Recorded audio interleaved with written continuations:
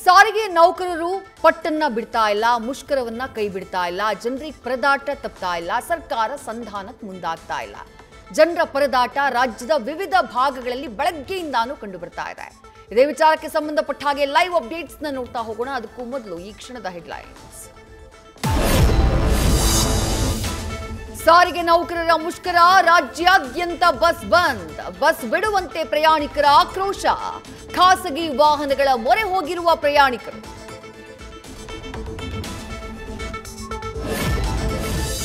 ನಿಧಾನಗತಿಯಲ್ಲಿ ಏರಿಕೆಯಾಗ್ತಾ ಇದೆ ಸಾರಿಗೆ ಮುಷ್ಕರದ ಬಿಸಿ, ಹಂತ ಹಂತವಾಗಿ ಬಸ್ಗಳ ಓಡಾಟ ಇಳಿಕೆ. ನಿಲ್ದಾಣಗಳಲ್ಲಿ ಬಸ್ಗಳಿದ್ರೂ ಚಾಲಕರು ನಿರ್ವಾಹಕರೇ ಬರ್ತಿಲ್ಲ.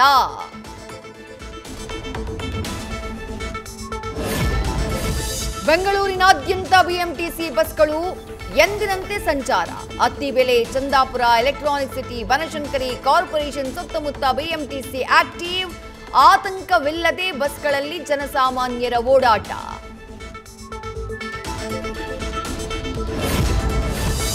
ಕಲಬುರಗಿ ಜಿಲ್ಲೆಯಲ್ಲೂ ಮುಷ್ಕರಕ್ಕೆ ನೌಕರರಿಂದ ಬೆಂಬಲ, ಬಸ್ ಸಂಚಾರ ಸ್ಥಗಿತ. ವಿದ್ಯಾರ್ಥಿಗಳಿಗೆ, ಸರ್ಕಾರಿ ನೌಕರರಿಗೂ ಮುಷ್ಕರದ ಬಿಸಿ. ಬೆಳಗ್ಗೆ 6 ಗಂಟೆಯಿಂದ ಬಸ್ಗಾಗಿ ಕಾಯ್ತಾ ಇರೋ ಸ್ಟೂಡೆಂಟ್ಸ್.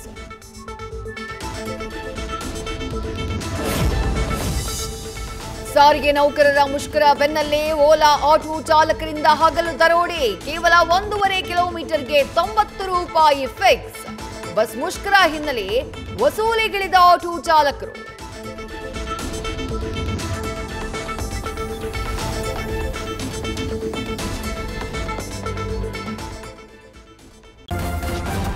ನ್ಯೂಸ್ ಫಸ್ಟ್, ನಿರ್ಭೀತಿಯಿಂದ ನಿಮ್ಮ ಪರವಾಗಿ.